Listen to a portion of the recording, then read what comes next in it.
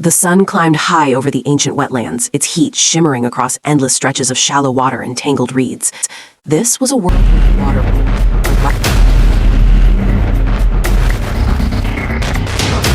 life thrived in the mud, and danger lurked beneath every ripple.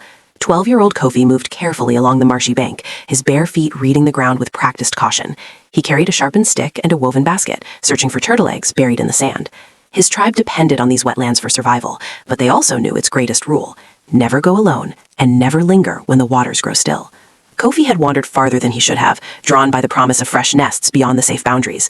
The midday heat made him careless, and he failed to notice how the channels around him had shifted, how the tide was rising faster than usual. By the time he looked up, he realized with cold dread that he was surrounded. The narrow sandbar he stood on was shrinking, water creeping in from all sides, and in that water, dark shapes began to surface. They were Deinosuchus, prehistoric crocodiles of monstrous size, their armored bodies twice the length of a grown man, their jaws capable of crushing bone with a single snap. Kofi counted 3, then 4, their yellow eyes fixed on him with ancient, patient hunger. They did not rush. They did not need to. The water was theirs, and time was on their side. Kofi's heart hammered in his chest. He gripped his stick tighter, knowing how useless it was against these titans. His only advantage was the sandbar, a fragile island in a sea of death. The largest crocodile, a scarred giant with a missing eye, drifted closer. Its snout broke the surface, nostrils flaring as it tasted the air. Kofi did not move. He knew any sudden motion would trigger the attack. His mind raced, searching for escape, but every direction led to water, and the water belonged to them. The sandbar continued to shrink, the rising tide swallowing it inch by inch. Soon, there would be nowhere left to stand. Hours passed like this, boy and beasts locked in a silent standoff. The sun blazed overhead, turning the sandbar into a burning platform.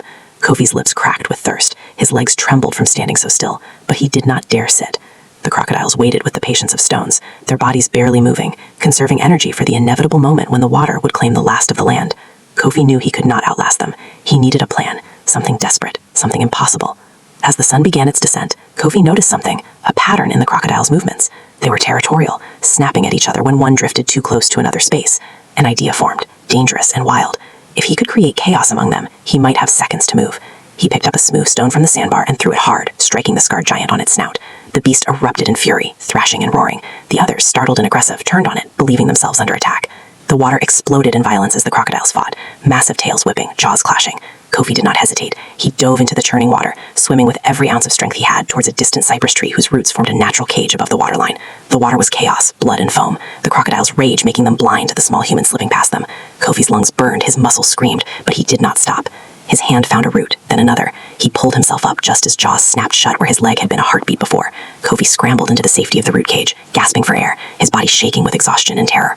Below, the crocodiles circled, their fury spent, their prey escaped. They waited for hours more, but eventually the pull of deeper hunting grounds drew them away.